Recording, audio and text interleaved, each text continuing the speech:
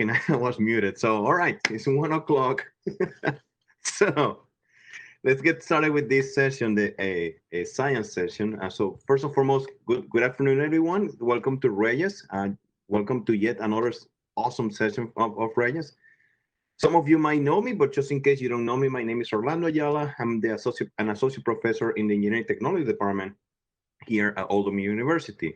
Today, I'll be your moderator for the science lesson titled Who Am I? Understanding Identity Development.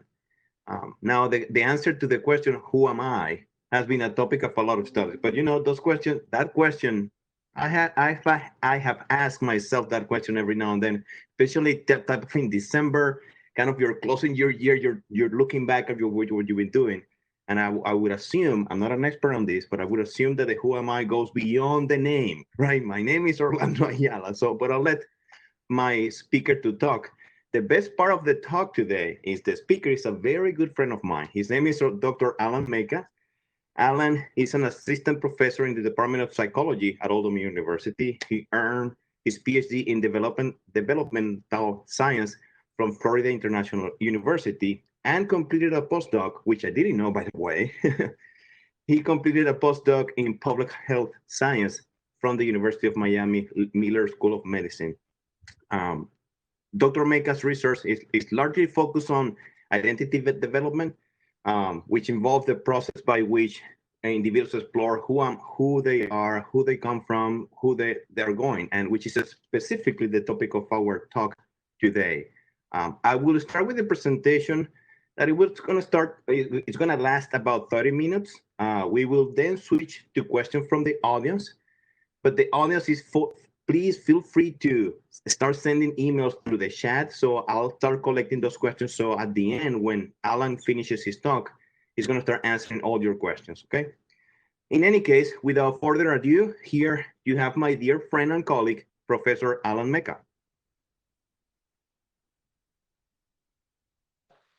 There you go. I was also muted. Okay, I think this is going to be a growing trend today. So thank you for that introduction, and I'm happy to be here today, not as a moderator or facilitator, but as a speaker presenting my work on identity development. So before I start talking about the topic, I want to go a little bit about who I am, right? I mean, the whole focus of this presentation is on identity, so it's be ironic if I kind of gloss that over. And as Dr. Ayala mentioned, I received my PhD in developmental psychology and did a postdoc in the University of Miami, the public health sciences area.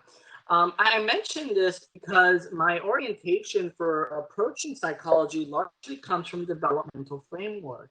And what I mean by that is I'm particularly interested in understanding how processes change over time and how those processes impact day-to-day behavior, mental health, outcomes, etc. And what you're going to see is that this area of work that I'm going to be presenting has a lot of implications for mental health, for well-being, for risk behaviors, and so on. So this is one of the reasons why this work is so important. So let's get to that. My focus, like I mentioned, is on identity development. All right, so this is going to be a general outline.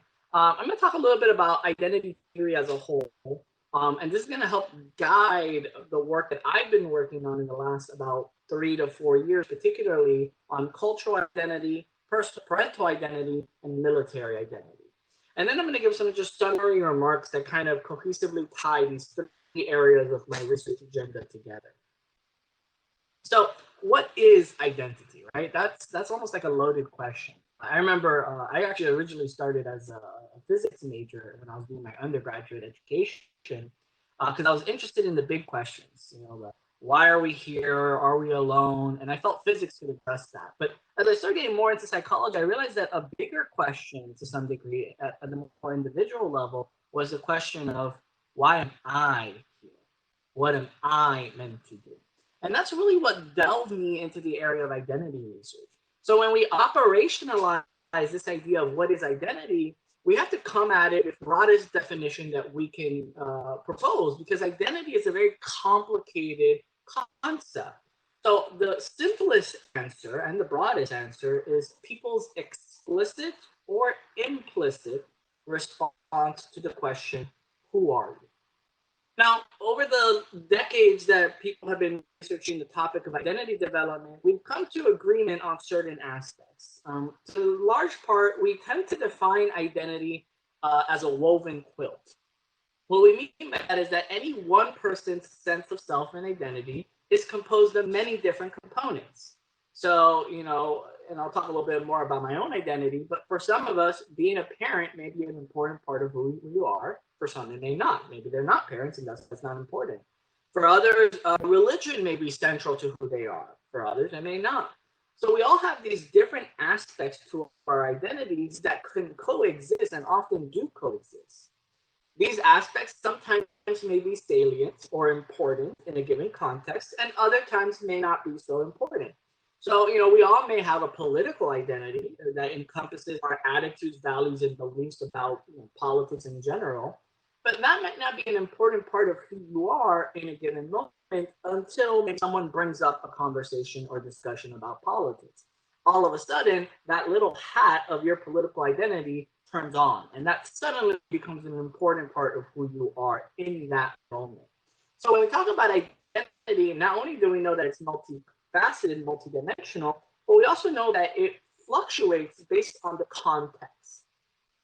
And the last thing that we know is that these multiple hats, these multiple identities that we switch on and off, often interact with each other, sometimes in very complicated ways, which leads to a very, as you can imagine, complicated science. So let me, just demonstrate this. This is what we sometimes use called as an identity configuration. Some people utilize this in their research on identity work. I have not personally myself, but we will have essentially a participant map out their identity, with the center being themselves, and aspects of their identity having relative size relative to how important they are, how much you've explored these are, and relative distance regarding how typically important it is. So for me, the biggest aspect of my identity, and this has changed a lot in the last 2 years, almost exactly 2 years, is being a father. I'm a father to a 22-month-old baby girl. She's about to turn 2 in September. And that has really become a critical component to who I am in the last 2 years. And that didn't happen overnight. And I'll talk a little bit about that in my work on parental identity. After that, being a husband is a critical aspect of who I am. I'm actually giving this talk. Thankfully, my wife is currently at work, so I'm not in trouble. But today's my 5-year anniversary of marriage. So as you can imagine, my goal here is to give this talk and then head out to start trying to decorate the house in some kind of way to kind of pass off a romantic night, since we're maintaining social distancing. And then other aspects of my identity that are equally important in the terms that I've explored them are being a geek. I'm a huge nerd. For those of you who know me, I don't make Star Wars references. I watch anime. I like all things geeky. I used to play Dungeons and Dragons, etc. And that often permeates in everything that I do. Being a scholar and a researcher is a huge part of my identity. I can't imagine being who I am without thinking about the work that I do. And then being Hispanic. And you'll notice that this one's a little bit further away from the center. And for me, that's largely because although I've thought a lot about what being Hispanic means to me, being a second generation immigrant, my parents having come to this country, but me being born in the United States, I've always felt somewhat detached from my heritage culture, particularly given the fact that my dad was from Cuba and my mom's from Uruguay, which are very two different countries that have different cultural norms, attitudes, behaviors, etc. And I'll talk a little bit more about that in my presentation next week on immigration and acculturation. But nonetheless, being Hispanic is a part of who I am. So what isn't? Well, my gender, I identify as male, but I don't really adhere to any gender typical behaviors. I to some degree, I actually identify as androgynous. It's not really part of who I am. I'm not thinking about that day-to-day moment. I'm never in a state where I'm like, oh, I have to be manly. That's not part of my identity. And religion is another aspect of me that I've never really fully explored. I don't consider myself a very religious person. If anything, maybe more spiritualist than anything. It's not a really big part of who I am. It doesn't really guide me in my day-to-day behavior. And as you start thinking about this, you can start imagining these configurations applying different for your own life. And you can start drawing your own identity configuration. Now, what this brings up is an important distinction, a distinction between what we call content of identity and the process of identity. When we talk about the content, we're talking about the stuff. We're talking about each of these circles, being a geek, being a father, being a Hispanic, and what each of us as individuals have in terms of that content. When we're talking about the process, we're talking about the way in which we've explored that identity, try to understand that identity, form that identity, because these identities, these aspects of who we are, aren't there from birth. We have to develop them. We have to explore them. We have to evaluate them. And it's not a process that happens in any one period, although it takes center stage in adolescence, but it's a lifelong process. We are constantly evaluating this. In fact, a midlife crisis is essentially an identity exploration phase, a reevaluation of where you are in your life based on what you've done, right? So in the research, we tend to look at either process or content, and some people look at both, but that's been a growing area. And what we see is that the people who focus on process draw from largely a developmental Eriksonian perspective. The people who look at content largely draw from a social identity perspective. And I want to be careful here because this is not as black and white as I make it seem here. There's a lot of intermixing. There's a lot of integration. But for the purposes of this presentation, I'm going to keep it a little bit simplistic. So let's explain this a little bit. And I'm pointing at this here because this is where my presentation is. So I'm trying to move my hands and heads in appropriate ways. So let's talk about Erikson. Erikson is one of the key figures within the field of developmental psychology. He is one of the first scholars to propose what we call a lifespan model that looks at development from the cradle to the grave. And for Erikson, identity was a core process that encompassed each of the 8 stages that he proposed. Erikson viewed identity as the subjective sense of sameness and continuity across time and context. For Erikson, our sense of self essentially serves to anchor us in a given place at a given time in a given cultural and historical setting. It's what prevents us from losing our individuality in the face of society, in the face of these larger forces that are trying to destroy our individualities. Erikson viewed identity as multidimensional, similar to how I've talked about it, as a woven quilt. He viewed that identity taps into cognitive, moral, cultural, social aspects of who we are. And he argued that identity is socially embedded, in part that the way that we discover who we are is through our interactions with others. So this is not a process that's done, just like in your room by yourself, like thinking about your identity. This is a process that's done with interacting, with embedded within our society. And of course, it's historically and culturally constrained. What aspects of our identity are possible, genuine, or desirable or influenced by the specific historical context or cultural context. And I always talk about this in my classes. For me, being a scholar is an important part of who I am. But if we were to rewind 300, 500 years, I probably would not be able to be a scholar in the United States. I definitely would probably not have been able to be a professor, in part because of my Hispanic heritage and the limitations that have been imposed traditionally in the United States as a result of that. So what aspects of our identity we can take on or not take on is impacted by specific historical and cultural context. Now, Erikson's writings were very in-depth, in part because he largely looked at it from a conceptual, almost philosophical perspective. He didn't really put a lot of work into what we call operationalizing. Now, in areas like physics and engineering, operationalizing tends to be a little bit easier because you're typically working with things that you can see or you can observe or measure in quantifiable ways. When we're talking about psychological concepts, that's sometimes a little bit harder because we can't really measure psychological concepts. What we measure is the hypothesized effect of that psychological concept. So if you have high self-esteem, based on what we know of high self-esteem, you should behave in X, Y, and Z ways. So what we measure is the X, Y, and Z ways because that gives us insight into how high or low your self-esteem will be, right? So work on trying to understand what identity looked like was basically left off from Erikson to others.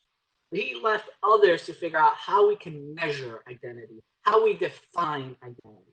And there have been many people who've taken this chart, but one of the most widely used definition was done by James Marcia in 1966.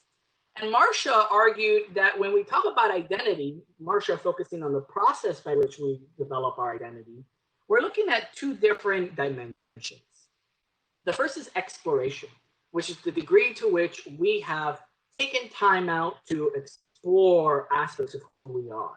Exploration will include talking to people about aspects of our identity, trying out different roles. So if you think back to high school, maybe you started off with the geeks, then you moved to band, and then from band you joined the jocks. These different crowds that we switch on and off in high school. That's the process of exploring, trying to figure out where you belong, where you fit in. So this process for Marcia was critical and a necessary first step prior to the second step, which Marcia argued is commitment. In commitment, you are dedicating or making a personal investment to adhere to a specific aspect of our identity. So as an example, to make this concrete, all of you are exploring what you want to do with your careers. With maybe you want to major in your undergraduate education, hopefully at ODU. But you're exploring these different options. So you might be exploring different majors. Let's say you're between physics and engineering. So you're exploring, well, what are the pros and cons? You're learning more about physics and engineering, right? This is the process of exploration, learning about these things, trying it out, seeing how well it fits. Commitment is the process of saying, I'm going to be an engineer and making the investment into being an engineer. Okay. Once you've committed to an identity, it becomes a part of who you are and starts guiding your behavior, starts influencing your decision, your goals, etc. Okay. Now, on the other end, more on the context side, we actually turn to a different framework that doesn't have developmental roots, called the social identity perspective. Social identity emerged in the 1970s, largely from the social psychology revolution, that went against this individualistic approach that a lot of other fields of psychology were emphasizing, and argued that groups matter, that groups influence our behavior. And so, a social identification is the degree to which we identify with a group. The argument from social identity theory is that our group identities connect us to others and tell us who we are and who we are not. We derive value from these group identities. So if we are able to view these group identities in positive ways, we're able to establish value, we're able to bolster our self-esteem by belonging to this prestigious group. And we are motivated in any given moment to maintain group distinctiveness. So we're motivated to show that our group is different from others. So it creates an us versus them paradigm oftentimes. Now, one of the extensions of social identity theory, which I've been drawing a lot in recent work that I'll be talking about shortly, is that whenever we are going through a major life transition, we encounter what's called identity loss. And I'll talk more about these in the context of parenthood, and I'll talk more about this in the context of transition to civilian life. This is really important. But we start losing aspects of our identity because we start losing connections to other people, connections to groups, etc. And that loss can have a profound negative effect to our sense of self, to our continuity. We can only maintain our sense of self if we're either to supplement that loss with something else, or if we're able to maintain other group identities. So in the context of a major life transition, and I'll start with the transition to civilian life, and I'll talk more about this, veterans are losing their connection to some degree to the military. They're losing that military identity that's been a profound impact of who they are. And whether they're able to successfully adapt is going to be in part contingent on what they're able to replace that military identity. When you transition to parenthood, you suddenly start losing friends. Dr. Ayala is laughing because he's like, yeah, that's about right? Especially all your single friends. Like, what? No, like they don't want to hang out with you. You have kids, right? Done. You may not be able to do everything you could, right? So like my wife and I, we would go to the movies and watch movies all the time, even before pandemic, right? As soon as my daughter was born, that kind of stopped with the rare occasion of date nights. And even then, we would typically do date nights where like we would just go eat because we wanted to be back to say goodnight to our daughter.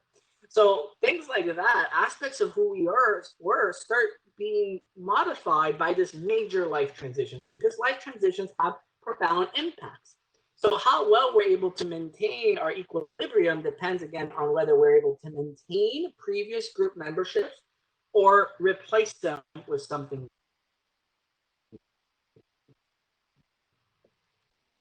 And we've seen support for this model with undergraduate universities from international universities suffer from brain injury and their task of having to reaccommodate to a new world, a new life. Individuals going through retirement, that's a major life transition that involves a lot of identity renegotiation. And those recovering from addiction. And I'll be applying this framework to parenthood and military as well. So I talked about content versus process, and the reality is that it's not one or the other. Most people who do this work acknowledge that both of these are particularly important.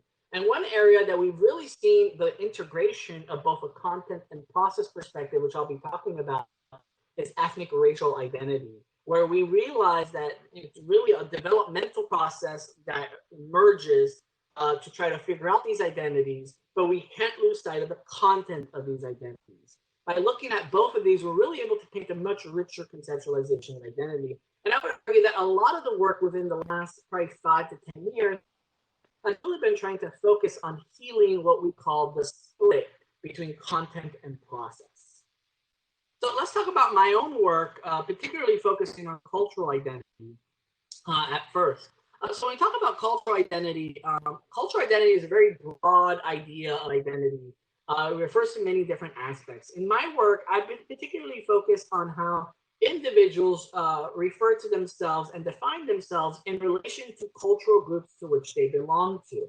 And cultural identity tends to be particularly salient for ethnic racial minorities and for individuals from immigrant groups who are often having to balance establishing an ethnic racial identity as well as establishing or maintaining a US identity. I'll talk a little bit about these. So when we talk about ethnic racial identity, we're essentially talking about, like every other identity, a complicated, multi-dimensional idea that reflects our beliefs and attitudes about our ethnicity, about our heritage, but also develops through a process, through ways in which we explore these beliefs and attitudes and develops over time. And US identity is very similar. We all have certain beliefs and attitudes, for example, about being American. And of course, if you're doing this research in like, Mexico, you're not going to have US identity there, maybe, right? Well, there's a lot of interconnection between US and Mexico, so maybe. But I'm focusing here on US identity because a lot of my work has been done in the United States. But the US identity is not something, we all have different ideas about what it means to be American. That reflects the content of our identity versus the process by which we negotiate, explore, and evaluate those ideas. That refers to the process of developing that identity. So research on cultural identity has largely focused on 4 aspects, drawing on both a process and a content. Exploration is the process by which we explore a particular cultural identity. Commitment is the subsequent decision about its role in our lives. Affirmation is the feeling that we get of whether we feel positively or negatively about belonging to that group. And centrality is how important that identity is to who we are. I'm going to talk about one of my studies that got published in 2019 in the Journal of Latinx Psychology, where we try to explore the unique effects of both ethnic, racial, and US identity among a fairly large sample of Latino college students in the Southeast. So we are particularly interested in the unique effects of ethnic racial affirmation, commitment, and exploration. And what our findings showed was that ethnic racial affirmation, again, that feeling of pride and being a member of your ethnic racial group, of being Hispanic in this context, was positively associated with well-being, being able to function day to day, with self-esteem, and was negatively associated with symptoms of depression. Having an understanding of what your ethnicity and race means to you was also positively associated with well-being. Now, when we look at the U.S. identity side, we saw less direct effects, but U.S. affirmation, developing pride in being American, was negatively associated with symptoms of depression. And but on the other hand, U.S. exploration, trying to figure out what being American means to you, that one was a little bit more tricky. We actually saw that it wasn't related to most things, but it was negatively associated with well-being and self-esteem.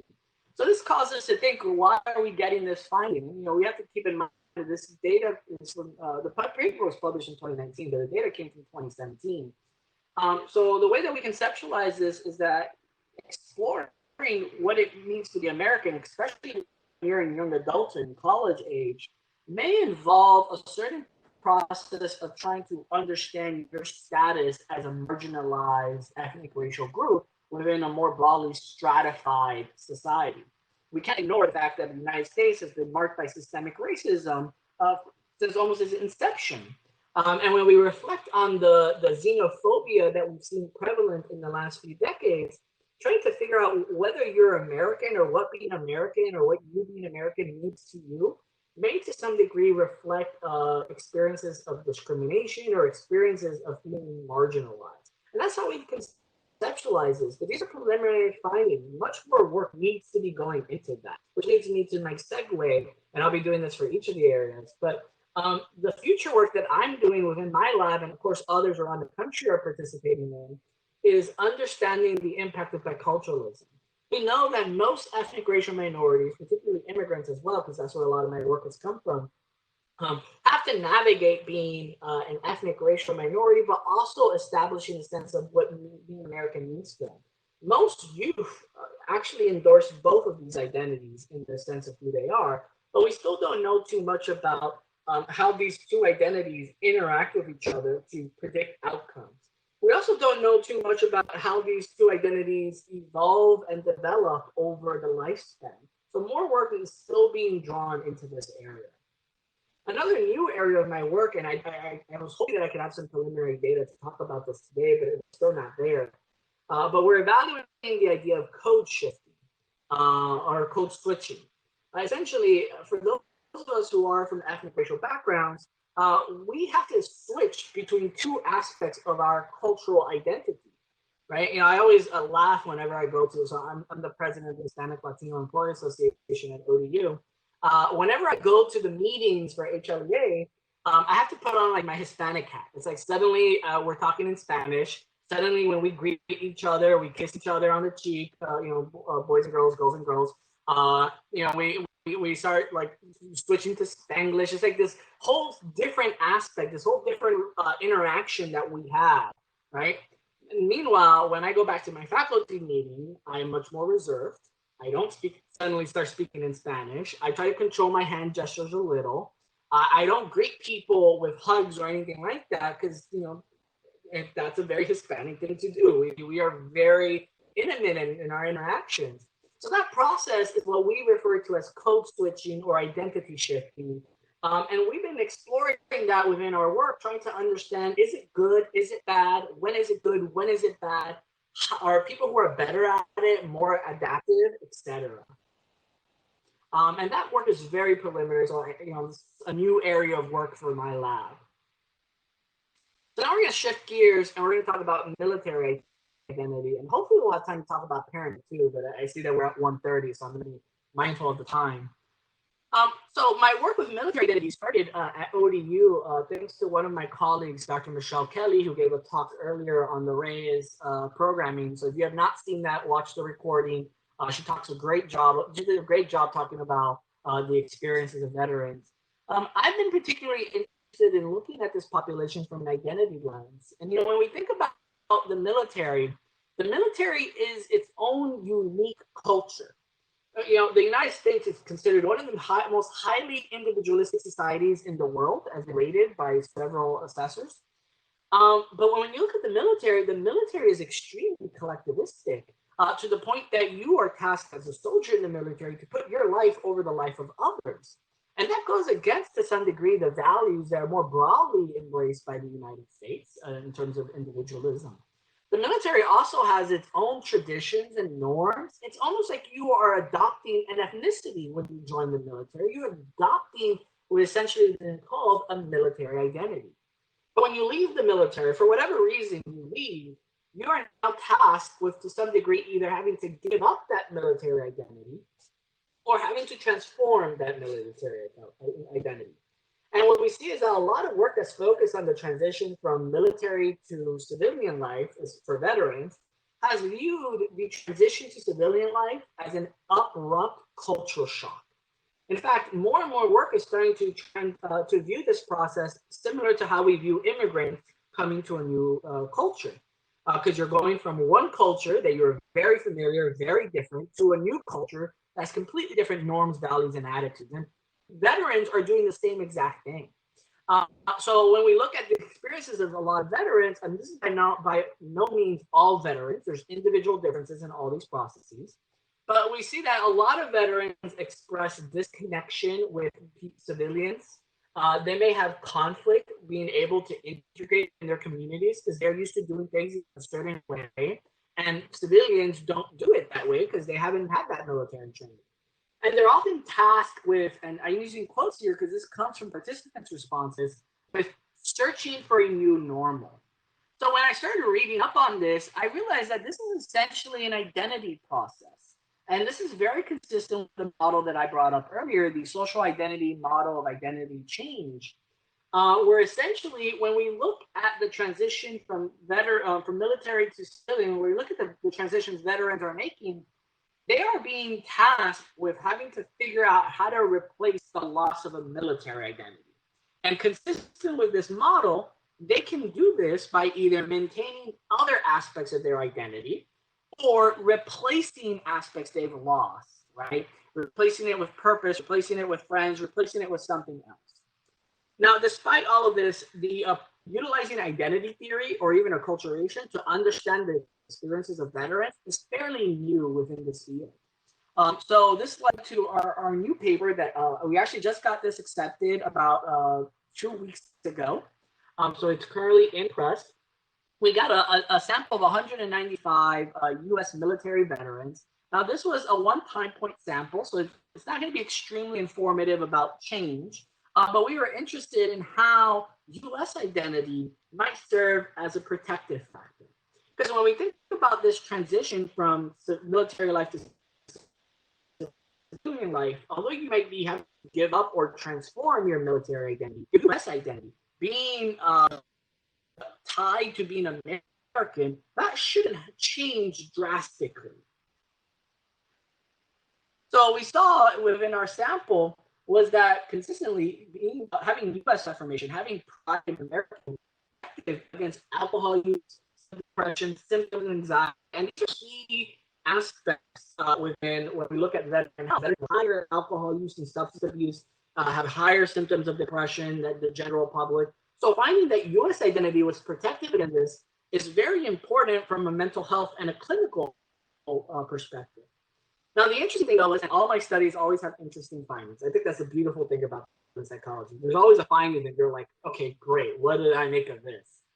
But U.S. centrality, being American and being an important part of who you are, was positively associated with alcohol use, was positively associated with symptoms of depression, was positively associated with symptoms of anxiety. So those who view being American more central to who they are were more likely to use substances, were more likely to experience depression, more likely to experience anxiety. And when we looked at this finding, we essentially argue that the finding may be because we're not looking at military identity within our model.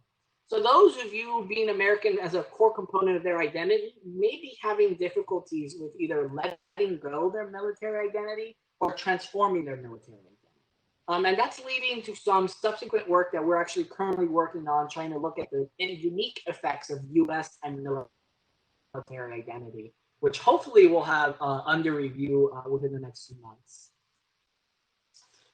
So in future directions, here it is. Future directions, and something that like we're literally working on right now is trying to understand how various aspects of veterans' identities impact the transition to civilian life. we're also trying to explore this transition from a longitudinal perspective, because this is not a transition that happens overnight. This is a long-term process. And we're really trying to understand how it unfolds. So I've been, again, working with Dr. Kelly on building up this area of research. All right, now we're going to switch gears again. Let's talk about parenthood. Oh, parenthood. It's like navigating a dark tunnel without any lights. So I became interested in this topic, as you can imagine, I think roughly halfway through my wife's pregnancy. I have a colleague of mine, Dr. James Paulson at ODU, who studies postpartum depression, both in mothers, but has also explored postpartum depression within fathers as well. And when we started talking over coffee, because everything happens over coffee, we started talking about the process of transitioning to parenthood and how this involves an identity negotiation. And I've even remarked it to some degree, you know, the negotiation to me as a father was even confusing, because I didn't even know how to step into the role of father, versus my wife. She was like good to go from day one. I remember my first month of being a father, I was just like, okay, I'm going to support my wife, because I can't do anything. I can't breastfeed this baby. I wish I could, but I couldn't. So, you know, it took me a while to figure out what it meant to be a father and how to be a good father. And it wasn't really until my daughter was about 2 months when we started having to bottle feed her, and I was able to start doing more of the father stuff, the parenting, that I really started feeling like a father. But, you know, my colleague and I were talking about the process of transitioning to parenthood and how it's a process associated with loss. You know, it's a process where you have to give up certain aspects of who you are to adopt this new identity as a parent. And the question is, do people equally do this well? Or does everyone adopt parenthood as who they are? Or are some people reluctant to adopt parenthood? You know, and I watch a lot of TV, a lot of TV, and my wife and I were big fans of Grey's Anatomy. And Ellis Grey in that show, who's Meredith Grey's mother, is a good example of a mother who was forced to be a mother, and stepped into the role of motherhood, but then didn't really ever view motherhood as being part of her identity. Her work was first and foremost. So it's got me thinking the fact that, you know, there are probably individual differences in how people view themselves as parent. And just at the same exact moment, a paper was published in Identity looking at parenthood as an identity process. So this led to new work that my colleague, Dr. Paulson, and I have been working, along with Dr. Kelly as well. Essentially, from a civic perspective again, parenting, the transition to parenthood, will be easier for parents who are able to adopt a parenting identity very, very quickly, because you're able to overcome whatever loss you're experiencing, right? Not being able to go to the movies, not being able to go to the gym anymore, that's meaningless if being a parent becomes wholly what you were meant to do, becomes a key component of who you are. You're okay giving that up because that's minor relative to your identity as a parent, or as a father, or as a mother, right? Versus if you're not able to adopt that parenting identity, you might view the losses that are associated with parenthood with scorn, with contempt. And that may predispose you to experiencing mood disorders during this transition. So, you not identifying strongly as a parent, because at the end of the day, you're a parent regardless of whether you view yourself as a parent or not, that can form a sense of social discontinuity or social displacement that can essentially compromise mental health. So what we did is we recently collected a sample of 328 current and expected parents, and we were interested in the way to which parental identity commitment, exploration, and a new process that I haven't talked about, reconsideration of commitment, which essentially represents the desire to let go of a commitment, how each of those impacted depression and generalized anxiety. And what we found was that, very consistent with CIMIC, parents who had a strong parental identity were protected against generalized anxiety and depression. And this was true both for current parents and expectant parents. However, parents who were reconsidering these commitments reconsideration of these commitments, so parents who were hoping that they could not be a parent, or they can just give up being a parent, these were more likely to experience greater anxiety and greater depression. Now, the effect was greater for expectant parents than new parents, but because of the sample size, the difference was not significant. So the effect was true for both, but the effect size was still bigger for expectant parents. And I know that's getting into very big minutia, but for those of you who like statistics, I can talk a little bit more about that. Now, what we also found was that exploration was positively associated with symptoms of anxiety. And this was one of the things with whenever an identity researcher talked about exploration, exploration almost always comes at a cost. Trying to figure out who you are is stressful. Any of you who are seniors right now, whether in high school or college, are probably know exactly what I'm talking about. The uncertainty associated with not knowing what's next, with not knowing who you are, almost always brings anxiety. And Erikson talked about this as normative. So it's possible that this anxieties that are being associated with exploration might just be part of the developmental process. We really need to explore this a lot more. All right, so next slide. So what are next steps for this area of research? Well, we're interested in looking specifically at the transition to parenthood, and we submitted a grant to the NIMH, the National Institute of Mental Health. We're going to be resubmitting it. We did not get scored, but I think we're very optimistic about the resubmission moving forward. Really trying to examine how parenting identity develops and unfolds during the transition to adulthood, to parenthood, sorry, and how that's associated with various indicators of mental health, particularly postpartum depression, both in mothers and in fathers. We're also interested in whether parental identity might serve to buffer or protect against the stress associated with parenthood. So these are two areas that my lab is working on in conjunction with Dr. Paulson. All right, so just some summary remarks. As a whole, these studies, and again, these are my studies, there are a whole host of people who are doing this great work, but they support largely the idea that identity plays an important role in understanding risk, negative outcomes, and resilience, positive outcomes for a variety of populations. I've done work now, everything ranging from adolescence to late adulthood. And as a whole, this research is important because what we know is that identity is malleable. Identity is something that we can help support. And if we know that identity plays an important role in a specific population and we understand what that role is and what it looks like, we can create programs and interventions to help support adaptive identity exploration and encourage positive identity development. Okay, so understanding this area of research is critical if we are to develop effective developmentally informed intervention and prevention efforts. All right, and if, one thing that goes without saying, and I'll just conclude with this, is that this work could not have been done without my colleagues who are scattered throughout the country and even to the world, as well as my colleagues here at ODU. And of course, it could not be done without the phenomenal efforts that my TARDIS team, the name of my lab is the TARDIS lab, has put in both at the graduate student level, at the undergraduate student level, between conducting literature reviews, helping clean data. All of their efforts have been critical in making this work move forward. So I guess now it's time for questions. Yep, it's time for questions. And we already have a few questions from the audience, but you know what? Let me go with one question because I have so many right now. You can ask me later, man. Yeah, I know I have you. I know how to find you. So, but anyway, let's give the opportunity to the audience, and feel free to keep sending the questions. So we have a question from Thais Diaz Soto from Puerto Rico. Could the pandemic cause CIMIC because of our loss of connection with others?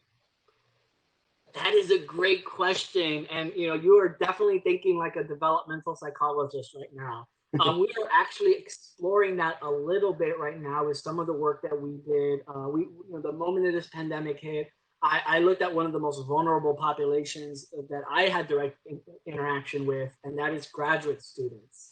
Because one of the things that recent studies have shown is that graduate students have higher levels of anxiety relative to the general population. And I was interested in how the pandemic might influence them. We were able to get about 150 participants, and honestly, between REYES and everything, I have not yet touched that data set. But from a CIMIC perspective, yes, you're exactly right. COVID, the pandemic that's hit, it has resulted in a drastic change in our day-to-day lives, and it's, of course, resulted in identity loss in a variety of ways.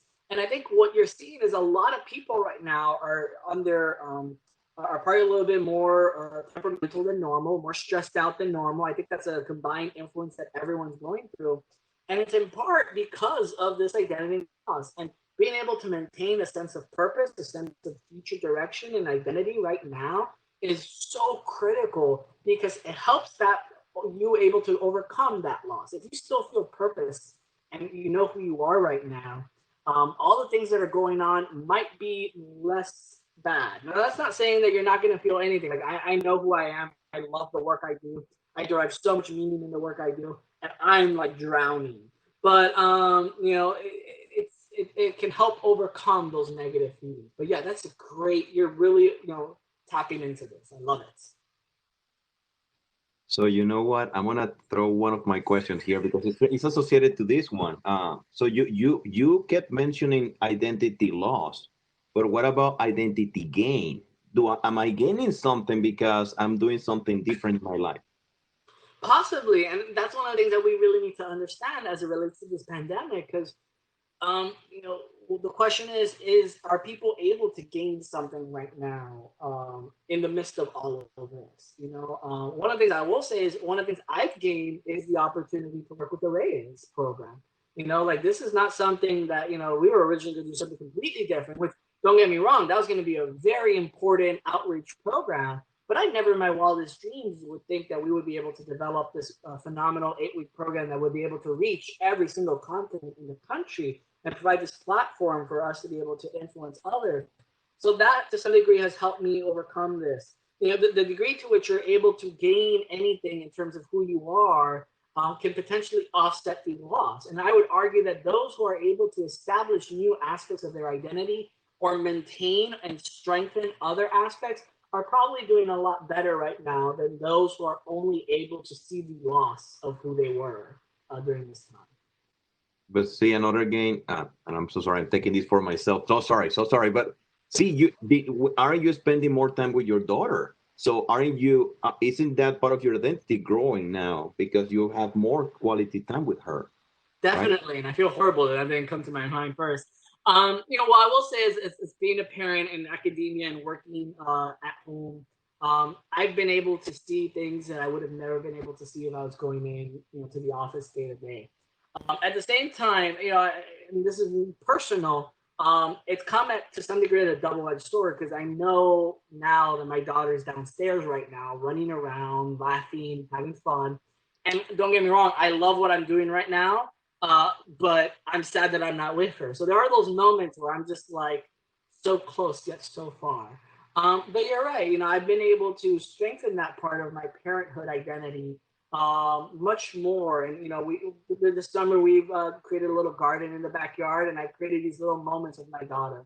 And there are people right now who again are able to do that. But let's also acknowledge the fact that there still is a lot of loss. And sometimes we may need to support people being able to see the positive within the negative while acknowledging the negative. All right, I'll come back to the question from the audience. I'm sorry for that. So we have Deja Alexander from Chesapeake, Virginia. So are identity switches more common in adults or kids? Good question. We have no idea. Okay. Like I'll be honest, we don't know. So the topic of identity shifting or code switching, and code switching, I use that term because in the original definition of code switching, which was put forward by Cross, the term represented being able to shift from one culture to another culture. Particularly, this code switching emerged from research focused on African Americans in the 60s. So being able to switch between one's Afrocentric culture and one's European white American culture. It referred to it very broadly, but within the last probably 40 years or so, code switching has largely been adopted by linguists and focuses more on language and being able to switch the way you talk.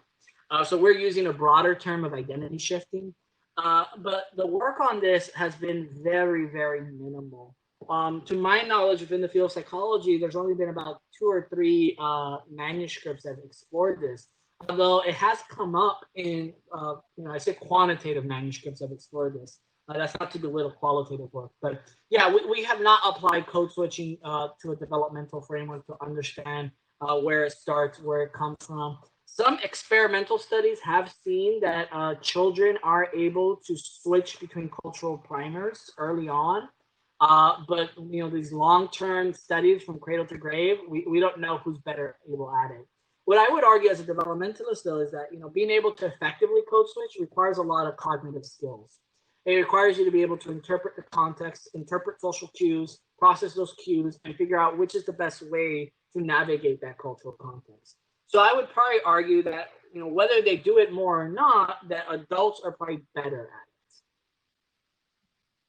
at Ah, and follow up on that question, how often those switches occur in an adult? I can see, for instance, when you married, when you get married, when you get have a child, when you lose your parents and so on. I can see those things, but are they more than three, four? Have anyone studied that? Three, four, five, something like that, or it it. Yeah, varies? I mean, so code switching is different from the life transitions.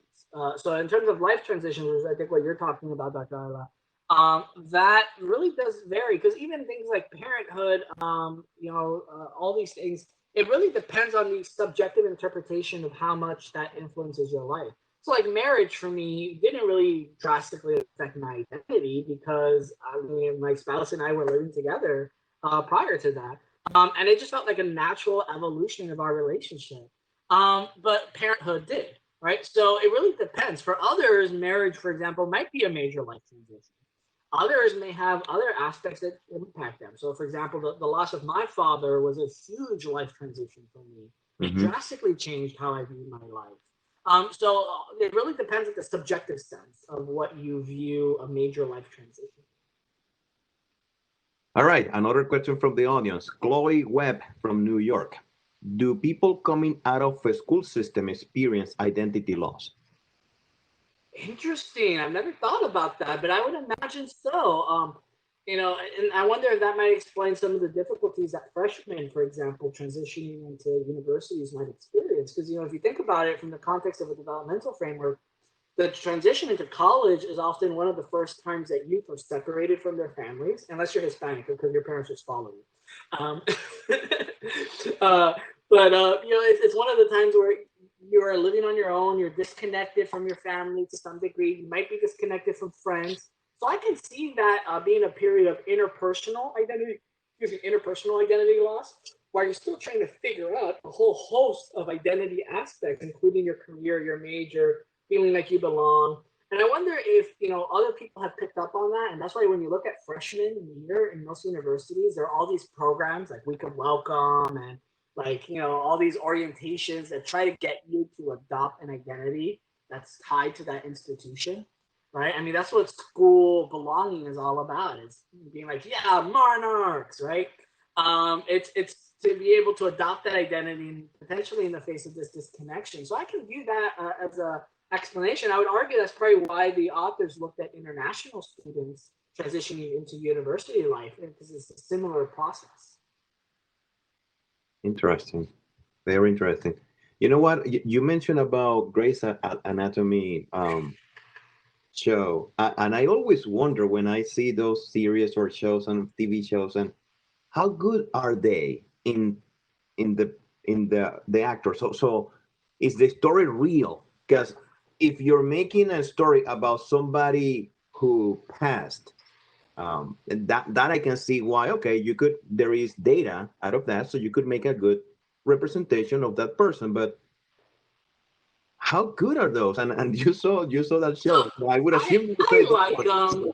I like them, but I always say that like the main character in Grey's Anatomy statistically is unlikely because I mean she's been in like two plane accidents, lost like 20 people in her life to everything you can imagine. Has had a bomb strapped to her, has been shot. Like statistically, I think it's very unlikely for any one person, let alone medical doctor, to experience as many tragedies as this person has. So, the drama is scaled up. But I like these shows in part because whenever I view all TV, I view it from this identity lens, and it's really interesting. And I do it from a developmental lens too. So it's really interesting seeing these like identity aspects, these developmental aspects blown up in high trauma. The reality is that identity work and development is a lot more mild, more normative, less problematic. Like when we look at teenagers, they're actually not as bad as movies and TV shows portray them. When we look at midlife crisis, most people actually don't have a midlife crisis. They just have a midlife reflection. Very few people are buying Maseratis or like selling their house or all this stuff. That's just not typical. So movies and TV shows will amplify these things. Just to draw people in, because no one wants to see the boring person who goes to work, does their work, comes home, eats, and then like that's like day-to-day life is not as entertaining as these things, right? So that's one of the difficulties of always teaching psychology is we're trying to undo everything that TV has taught you that's actually not necessarily accurate. So yeah. Okay. Interesting. I have another question from Bianca Crandall from Newport News, Virginia. So, with exploration of identity, can cause one to engage in risky and inappropriate behaviors and actions to fit into different identity or cultural groups. Does this Definitely. does this cause more damage to one's identity development or possibly contribute to additional mental health disorders? Possibly. So there's some, so I'd say definitely, but it's really possibly. There's some work that's called exploration, a double-edged sword. On one end, you have to engage in a certain amount of exploration in order to be able to develop these identity as part of the normative process. But the process of exploration is anxiety provoking and can also lead individuals to explore aspects of their identities that are not necessarily positive, right? So, for example, if you think about a lot of the risk behavior that happens sometimes in adolescence and in adulthood, to some degree, that may be as a result of normative identity exploration. There's this great article that was published by Jeffrey Arnett in 2004 that talked about why emergent adulthood, which is the new developmental term for young adulthood, so college students between 18 to 24 are largely in what we call emergent adulthood. Talked about why it's a period of risk. And he outlined why identity may explain why college students or college age young adults, 18 to 24-year-olds, are engaging in more alcohol use, more risky behavior, in part because it's to some degree part of the exploration process. So there's good and bad. Now, one thing I would argue is that when we look at exploration and when we look at commitment, all of these processes are processes. They're not good, they're not bad. The outcome is what's good or bad, or maybe good or bad, depending on the situation. So, for example, you can explore a negative identity, right? I always use this in my class. The mobster, because I go back to movies, the mobster knows who they are, right? They are mobsters. It's part of who they are. They're part of their family. That's a huge part of their identity, and they explore that identity. Is it a positive identity by societal standards? No. It's what Erikson actually coined a negative identity. So, when we look at things like exploration, when we look at things like commitment, we recognize that for some it's positive, for some it's negative. Now, for most, it tends to be positive. We're sometimes interested in for those who are negative, and more work needs to be done on understanding the why and how we can support positive exploration. One of the things that I said in this slide here was that if we support adaptive identity exploration, because I acknowledge that there is negative or maladaptive exploration that can definitely predispose youth and even older adults to risk behaviors. Interesting. Listen, Alan, this talk has been great, awesome, and I think as we are approaching the 1 o'clock with the 1 hour mark, I guess we should stop here. I have questions, but I'm going to reserve them so I can ask you later. But this has been a great talk. Thank you so much. I learned so much from you. Thank you for the great talk, and thank you everybody for attending this session. Of course, it's my pleasure. And I put my contact information here, so feel free to reach out to me. I'm always I probably take on way too many students, but I'm always interested in shaping young minds, and obviously that's why I'm part of the REYES program. So if you're interested in this kind of research, reach out to me. I also have colleagues all across the country and to some degree internationally as well. So I can potentially put you in contact with some people who might be doing work that is similar to what I've been doing on identity. Follow me on Twitter, and if you want to check out my my lab and the research we've been doing, here's a QR code. You can kind of check that out. If not, just Google O2U, TARDIS, NECA, and you'll be able to find it easily enough. Thank you so much, Alan. So I'll see you everybody in the next one.